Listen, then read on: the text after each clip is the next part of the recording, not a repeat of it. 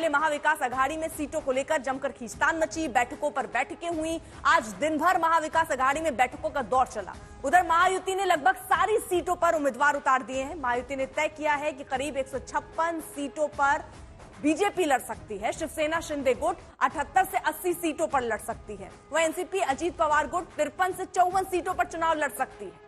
वहीं महाविकास अघाड़ी का मंथन लगातार जारी है और इस बीच खबर यह आ रही है सूत्रों के हवाले से कि कांग्रेस 105 से 110 सीटों पर चुनाव लड़ सकती है।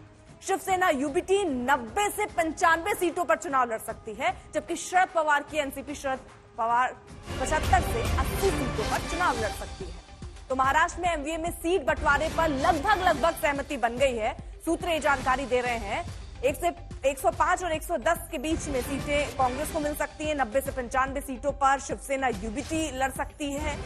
सहमति लगभग बन गई है क्योंकि लगातार बैठकों का दौर चला और आम सहमति बनाने की कोशिश हुई, क्योंकि हर दल ज्यादा से ज्यादा सीटें लड़ना और जीतना चाह रहा है। 75 से 80 सीट पर शरद पवार की पार्टी एनसीपी जो है वो लड़ेगी। महाराष्ट्र में एमवीए में सीट बंटवारे पर लगभग तस्वीर साफ हुई है। अभी चल रहा है, बाकी है कुछ नंबर, उसके बारे में मैं चर्चा कर रहा हूँ। कांग्रेस अकेले चुनाव लड़ सकती है सर? कांग्रेस अकेले चुनाव लड़ सकती है अपने लोगों नहीं, बिल्कुल नहीं। आघाड़ी चुनाव लड़ेगी। हमारे 3 प्रमुख पक्ष और हमारे मित्र पक्ष इकट्ठे चुनाव लड़ेंगे, जीत जाएंगे। अभी कांग्रेस का जो आंकड़ा आ रहा है कि कांग्रेस इतनी जगह मांग रही है, इतने जगह पे वहाँ पे कुछ कंफ्यूजन है, वैसे कुछ भी नहीं है। वो आंकड़ा बहुत छोटा है। अभी वो चर्चा यहाँ पे हुई है और थोरात साहब जाके उनके जो नेता है आमने सामने बात होके ये इशू सॉर्ट आउट हो जाएगा। लेकिन जयंत पाटिल साहब सुबह 4 बजे तक इस चर्चा में है और पवार साहब फाइनल टच देने के लिए वहाँ पे हर वक्त उपस्थित रहते हैं। जो कांग्रेस कह रही है वही शरद पवार वाली एनसीपी कह रही है। और ये खास बात है कि उद्धव ठाकरे वाली शिवसेना भी कह रही है कि कहीं कोई विवाद है ही नहीं। यानी माना जा सकता है कि महाविकास अघाड़ी ने भी अपना सीट शेयरिंग फॉर्मूला जो है वो लगभग तय कर लिया है। चर्चा करेंगे और बाद में हम देखेंगे आगे क्या करना है, लेकिन सब कुछ ठीक ठाक है, चिंता मत करिए। सर, मुंबई की 3 सीटें और विदर्भ की 12 सीटों की जो बात चल रही जिसको लेकर तनातनी थी, अभी क्या स्थिति, क्या पूरा हम देख लेंगे ना, तो मीडिया पर क्यों बात करूं? वो हम देख लेंगे। 3 सीट, 4 सीट, 15 सीट, 288 सीट पर चर्चा चलती है ना, 2-3 सीट की थोड़ी चर्चा होती है, हो जाएगा सब, आप चिंता मत करिए। ऋत्विक भालेकर हमारे साथ हमारे सहयोगी इस वक्त जुड़ चुके हैं। ऋत्विक, क्या माने कि ये सहमति बन गई है? अगर बन गई है तो उसकी घोषणा कब होगी?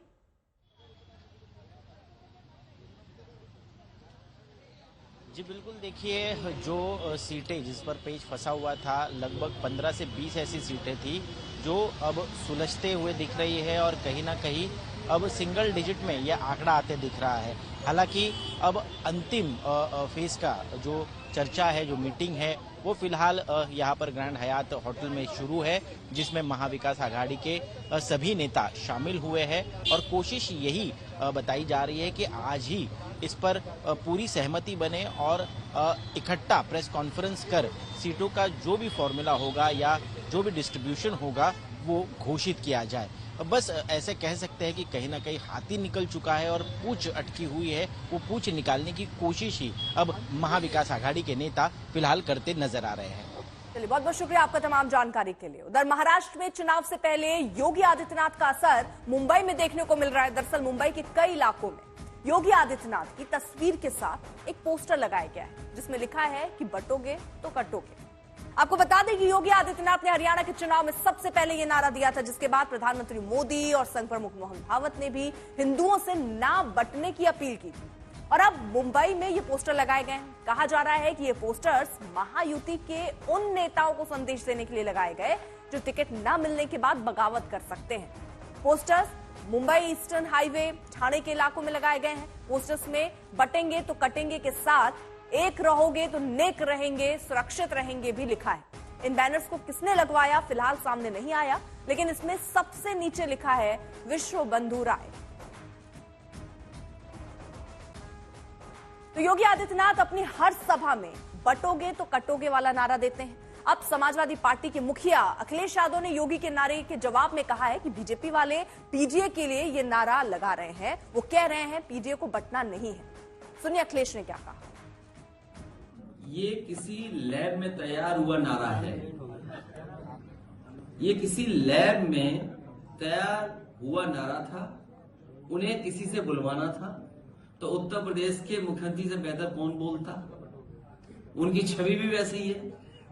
अगर वो कह रहे हैं कि बटो नहीं कटो नहीं, तो पीडीएफ परिवार भी तो नहीं बटेगा। तो वो तो नारा आपके लिए लगा रहे हैं कि पीडीएफ परिवार के लोग बटना मत। तो कह रहे हैं कि लैब में तैयार किया हुआ ये नारा है और ये संदेश पीडीए के लिए है कि बटे ना। आपको बता दें, हरियाणा चुनाव में योगी आदित्यनाथ ने इस नारे को दिया, जिसके बाद अब अलग अलग जगहों पर महाराष्ट्र में भी पोस्टर लगे। ऋतिक भी हमारे साथ, हमारे सहयोगी इस वक्त जुड़ चुके हैं। ऋतिक, देखिए जो संदेश है वो एकदम क्लियर है। हरियाणा में ये नारा, अब महाराष्ट्र में सामने चुनाव है तो योगी की ये पोस्टर वहां पर लगे, कितना असर कर पाएंगे?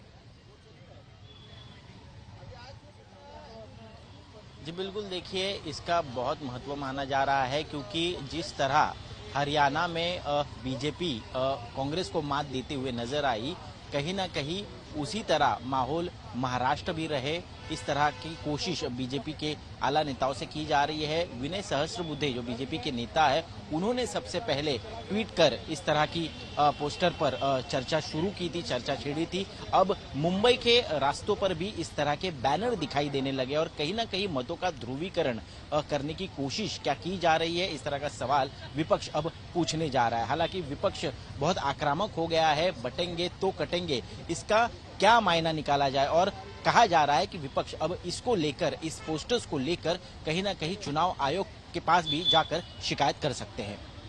ठीक है, आप रहिए जरा साथ। देखिए, इस बीच खबर है कि महाराष्ट्र की सियासत में कैश रिकवरी पर सियासी जंग छिड़ गई है। पुणे ग्रामीण पुलिस ने खेड शिवाजपुर टोल प्लाजा पर रूटीन चेकिंग के दौरान 5 करोड़ कैश बरामद किया।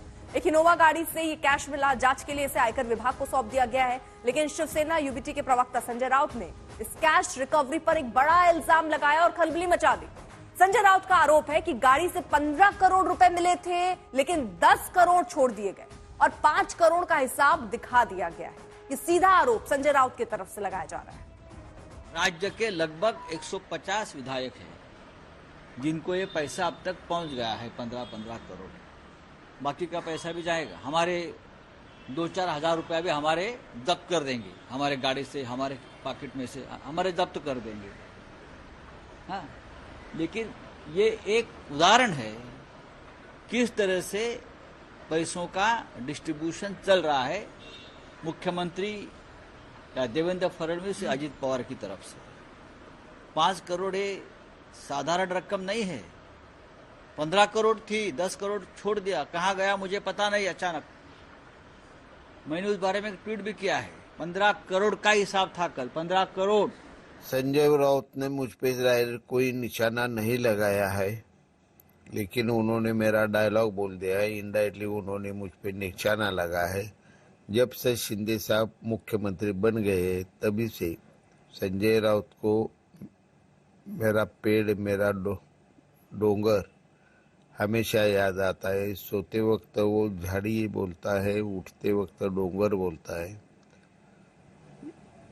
संजय राउत के बारे में इससे ज्यादा मुझे कुछ बोलना नहीं। ऋत्विक भालेकर हमारे साथ, हमारे सहयोगी लगातार बने हुए हैं। ऋत्विक, इस खबर में क्या सच्चाई या क्या तथ्य समझ आते हैं? क्योंकि संजय राउत ये कह रहे हैं कि 15 करोड़ मिले, 10 रख लिए, 5 ही दिखाए केवल। जी बिल्कुल, देखिए, और एक सनसनीखेज आरोप संजय राउत से किया जा रहा है। हालांकि अब शिंदे की सेना उनसे उसका मुंहतोड़ जवाब भी देने की कोशिश हो रही है। कहा जा रहा है कि कहीं ना कहीं विपक्ष इस प्रकार दुष्प्रचार कर रहा है और झूठे आरोप उन पर मढ़ रहा है।